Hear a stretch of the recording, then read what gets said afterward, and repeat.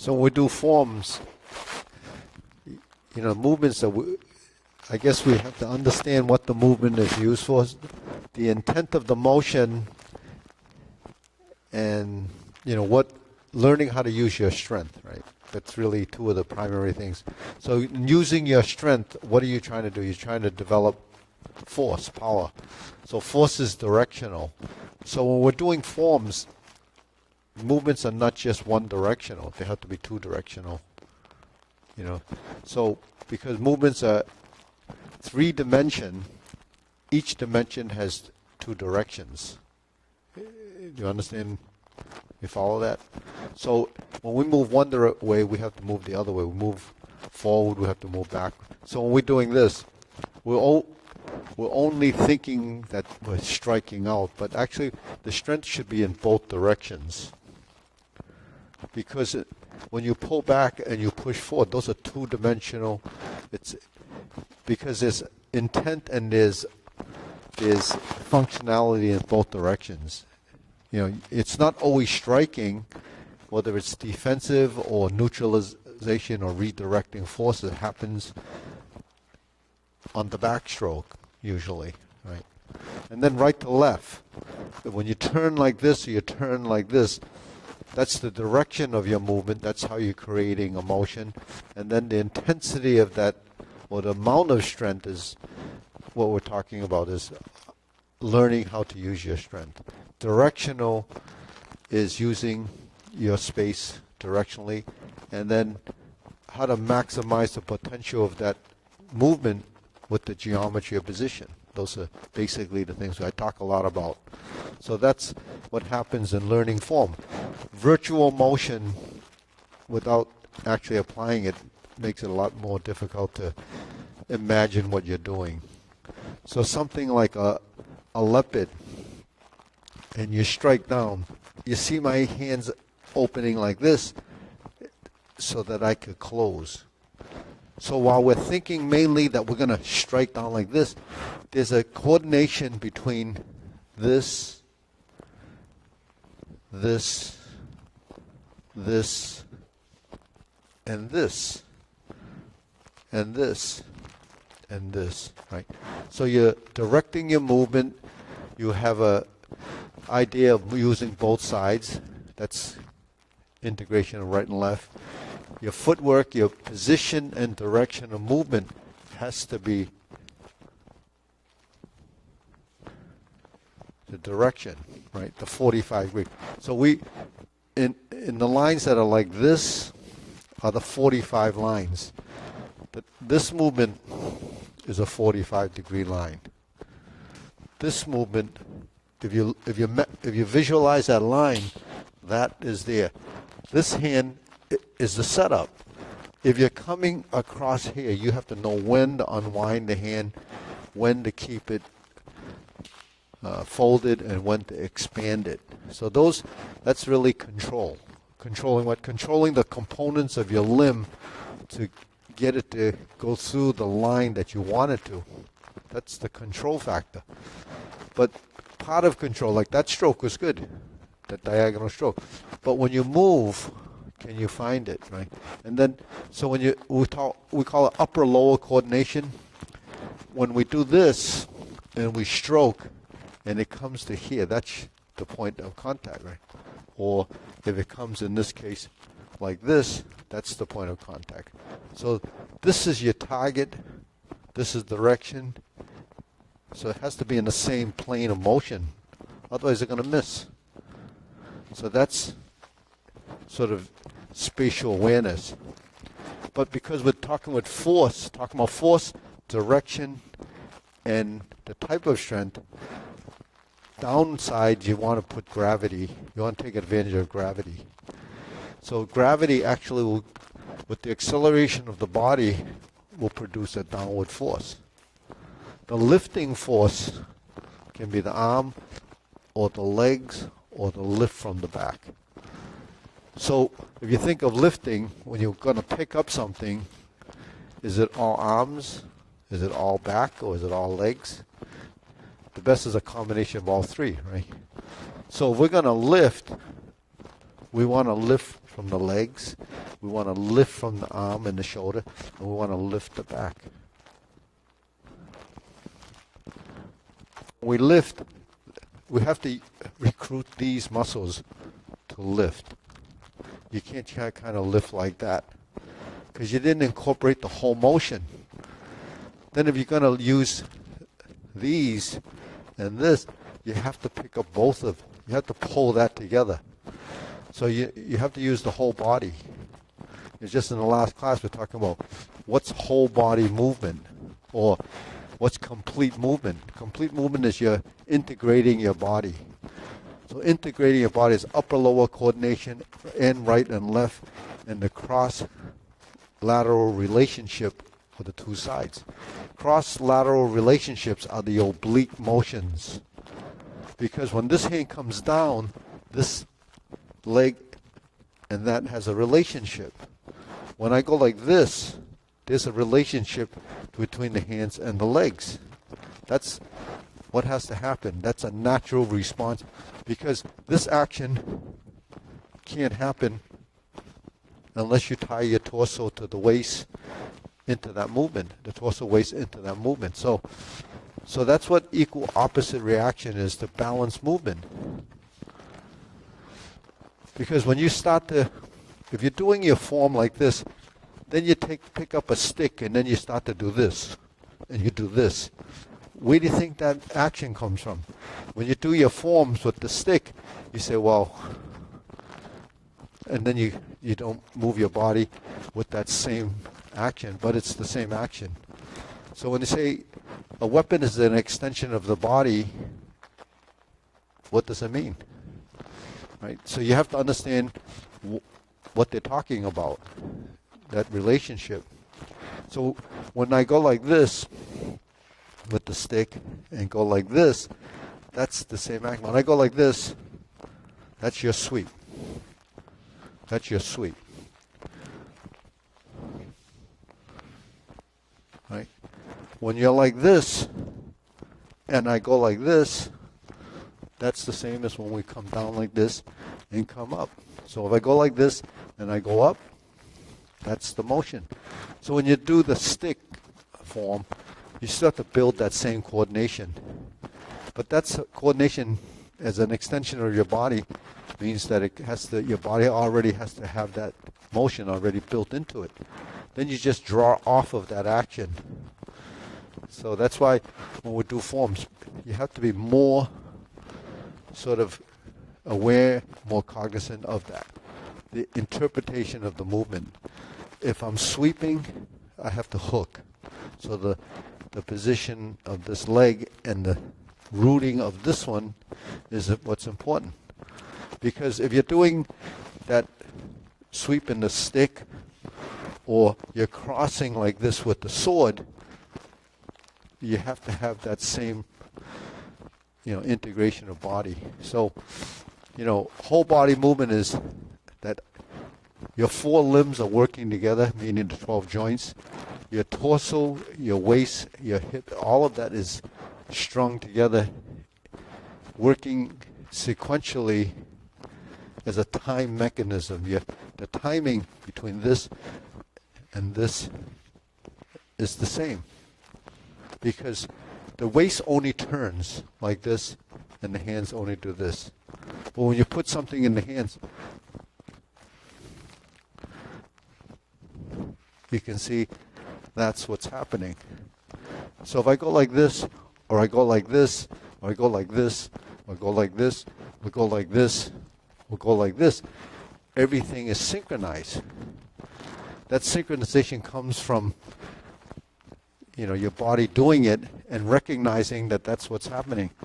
So when your body feels the position, then it's because your sensory system is actually all picking up from the feedback that your body is telling your brain that that's what the brain was telling it to do.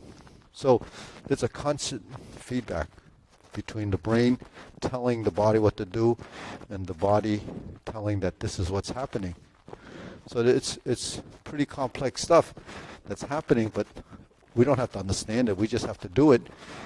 We don't have to understand the science behind it, but we do have to understand that what the strategy is.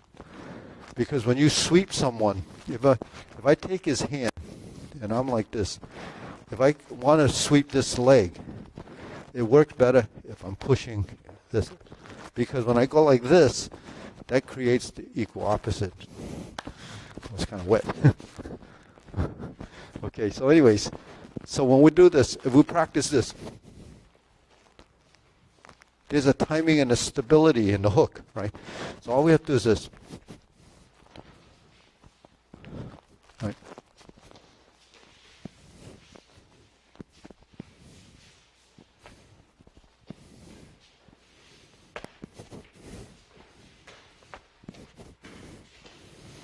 So when you do that, does your foot end up right here?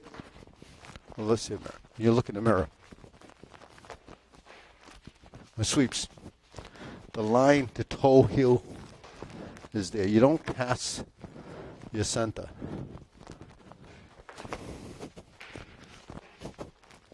You don't want to pass your center because once you pass your center, you lost your position and you're actually tripping yourself.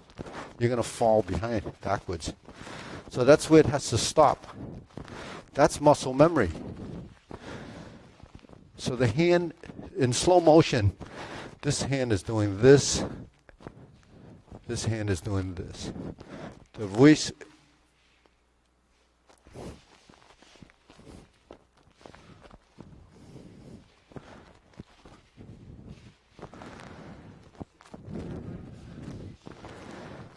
The application of this move.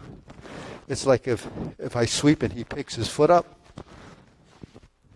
So his hand comes, I sweep and that's that, right? Okay, then on the back side, so it's like this. One on the back side. That's coming back. Because what I did was so right. So why did I kind of hop? Because what I did was I created a root. I pegged my foot into the ground. Because if I don't peg my foot into the ground, I really don't have any strength in this leg. I'm relying on this to be the pillar. So if you notice, I drop. See, when my hand is here, I drop. You see? So you see, if I use it like you just step up, right? With the other foot, yeah. Switch feet. No, yeah, okay, good. What a switch. Okay, so I'm here. Don't fall. Ready? You see? So you see, okay, pull it back. Yeah. So you feel force, right? From this, if I don't sink, I do that, I actually would have no strength. So the strength of the movement really comes from here. You see? So if I'm here, even if I'm in this horse stance like this, when I do this, you see? So straightening your knee already is creating the force. But the swing of the movement requires this. Your body has to push and pull. You push and pull. It's opposite. So that's what that sweep is. Yeah. So this is intercepting. See, this is our space. It's like a square, like a box. This is this. See? So when I'm here, I deflect it like this. Because I'm this far away, I can't do that. I have to move in. And it goes like this. And then it comes back. So that's called a cowgirl, right? So the mantis, you maybe do that, right? You're here. So the same action. Now when you're here and you lean, then the action would be here. When I'm here, I didn't sweep, now I'm here, see? So I use the lean, and that takes the leg. Because that's called eating the stance. That's called hiap ma. When you move in, you cross. The leg is there, then you move. So where's the strength come from this? Here, where's you're in the stance, turn to leaning, right? And you turn. So that's why you turn, that's your stance. Right? When you turn back, or you're like this, that's your stance work. When we're here, the stance work there, he pushes back. That's avoiding the footwork. Here, move around the leg.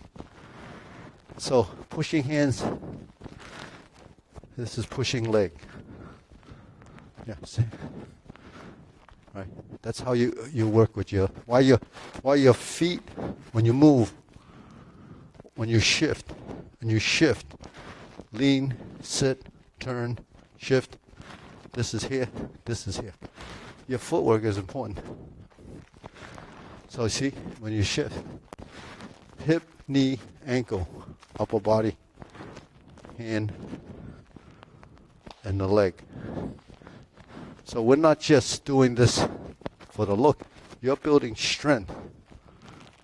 Because this is a circle. Right? So that's your mapu. We learn it here. Circle. We learn it here. Coming to center.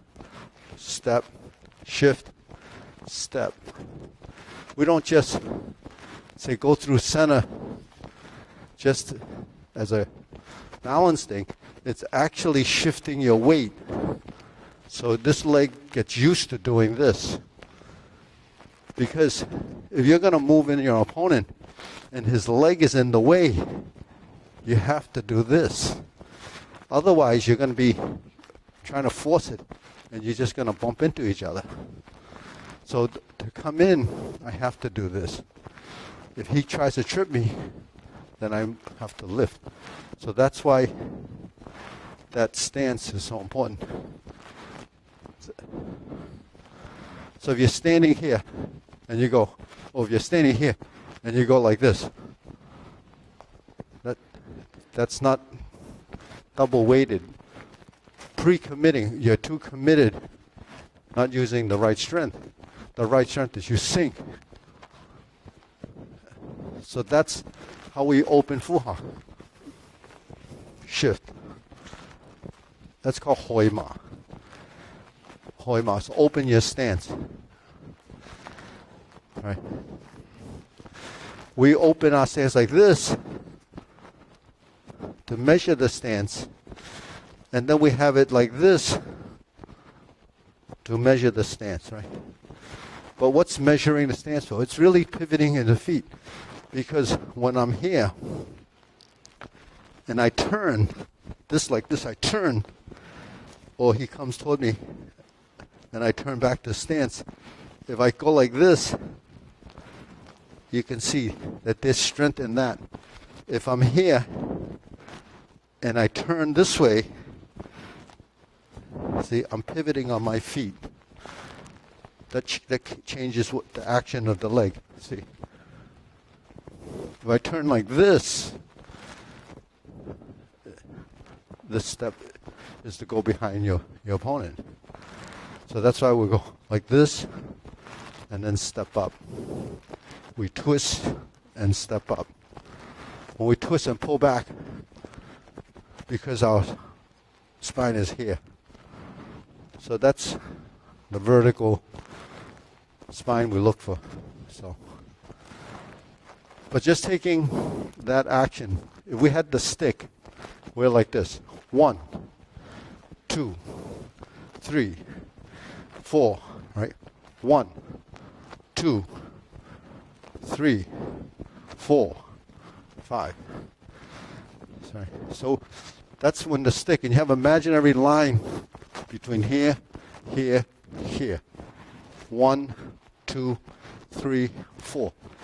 If you look at the hands, you see 1, 2, 3, 4, 5. You see the relationship between here, here, here, and here? They're inseparable. When you do the stick, it's connected, inseparable, right? But the visual line is the line that connects the two sides. Like in silk reeling, we're here. We're here. The connection between the hands is always there. So when the hand is here,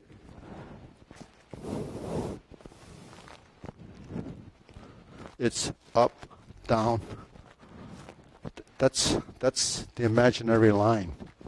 The line upper-lower coordination is to sink the elbow, expand, contract, right to left, sink the elbow, lift, turn, 1, 2. You see everything is moving. So I talk about complete movement. That's what we talk about. That's what we mean by complete movement. That everything in your body is synchronized, because that's where the strength is. You don't want to have isolated strength. So just if you're practicing with the stick, you have to have that same relationship. You take the stick away, the relationship should be the same. And then the alignment is here.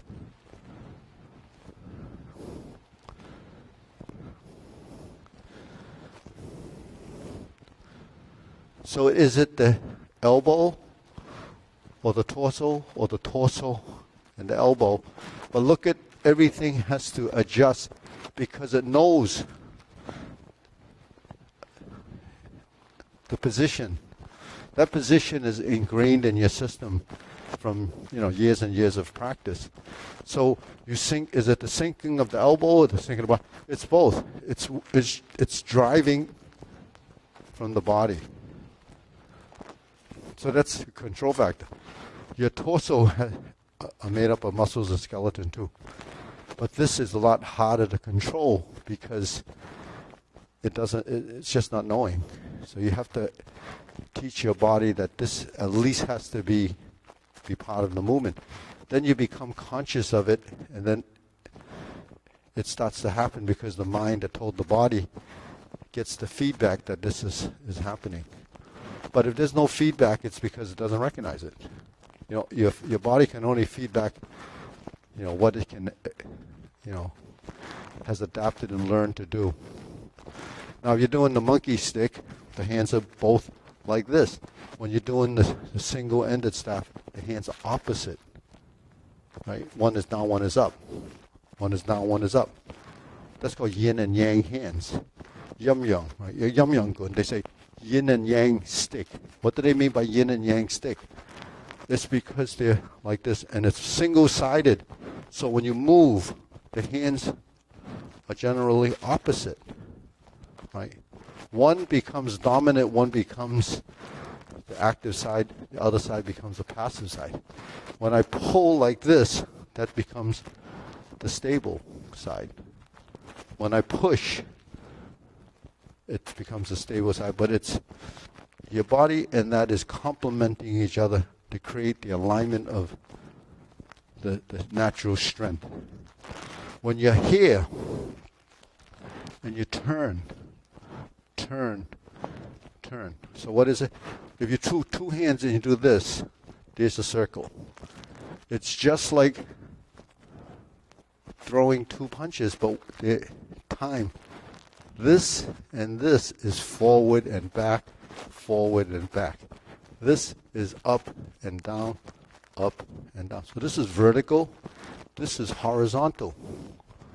So when you do this, when you go 1, 2, 3, 1, 2, 3, 1, 2, 3, 1, 2, 3, 1, 2, 3. 1, 2, 3. 1, 2, 3. Equal, opposite as a relationship. Then your movement will be, right? Do we have that movement? How about this? How about this? It's actually the same action. Might look slightly different in form, but that's essentially what you're doing. So when you're like this, then you step down. Slide, slide, slide. That's lead and follow. Lead and follow. That's, so when you have something in your hands, much easier to track it. When it's not in your hand, is the alignment there.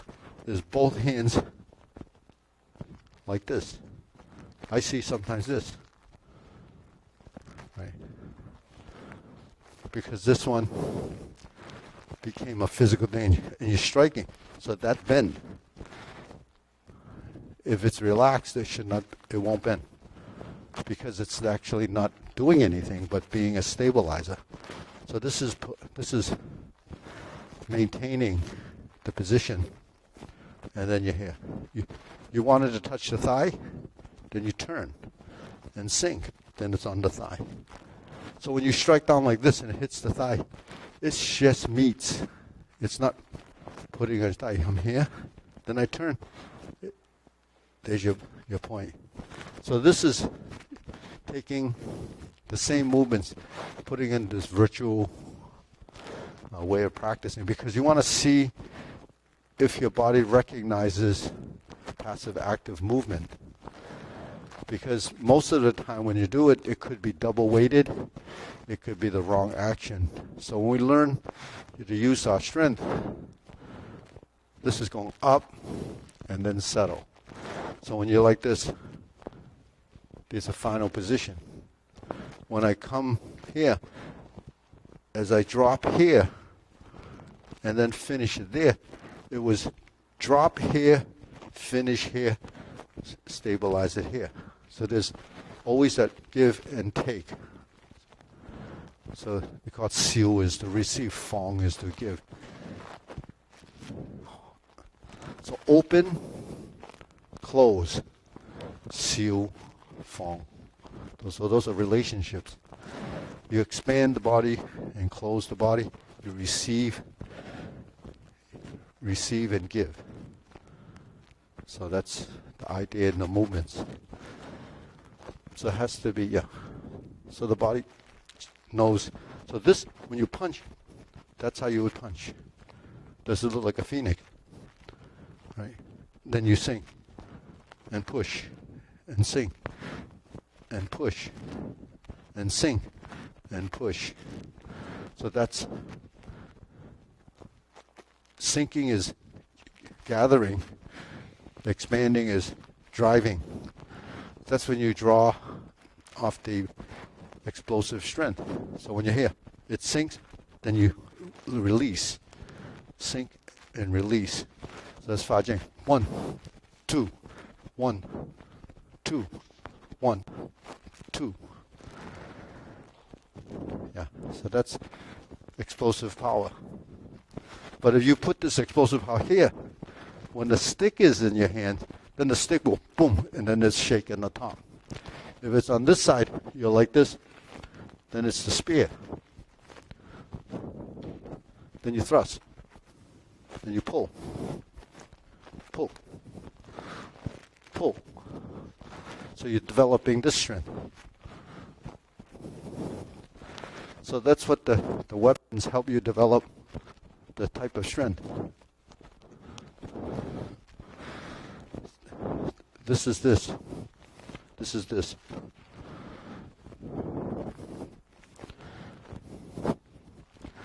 Now when you do this, it's not the hand, it's the elbow. Right? When you do this like this, it's the elbow. Here, here. That's horizontal, high. 几 feet over. than it is the sword is here. So, just give you an idea when you do your form, how important the final position is in the structure, and how to use your strength. Right? Which strength do you recruit? How much strength? You don't need a lot in the arm if the body is moving, because what's driving this to here is this. So the timing comes from here up to here. Okay. So, yeah. So, because when we go through the forms, I say, how do you get that position? If you put too much physical strength in it, there's conflict, so it ends up the wrong strength. So you have to slow it down a little, find the motion, get the position, and know where you're leading the movement from. It's coming from here, and it finishes here. If you try to start it here, and this is not cooperating with the motion, then it's going to be in the wrong place because this doesn't know. So get it here. There's your high block. There's your high block. But because we're looking there, it stops here. But if I turn here, you see it's the high block, because that's the framework of the position. That's your structure, the circle.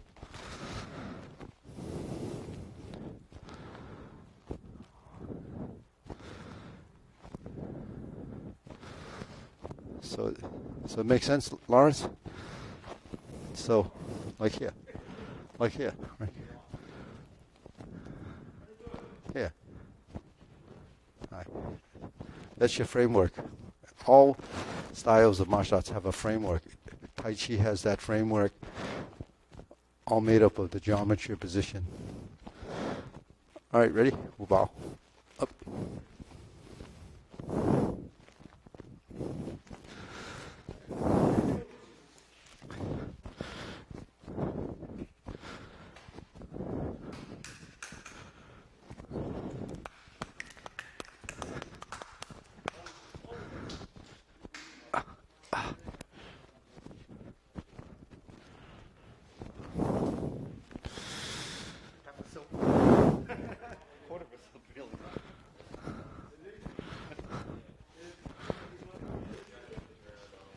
There's the other half right here. See.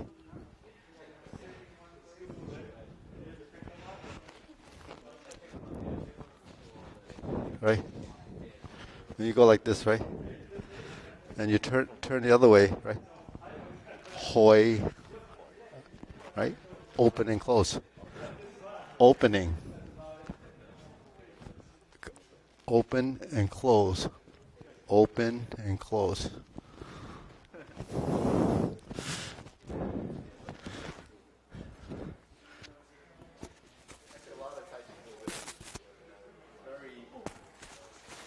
Compatible. Actually, what it comes down to is all the same. It comes down to the same concept. Yeah. The fundamentals. But the thing is, when you learn all these things, it doesn't recognize it. Yeah. So it takes a long time for your body to go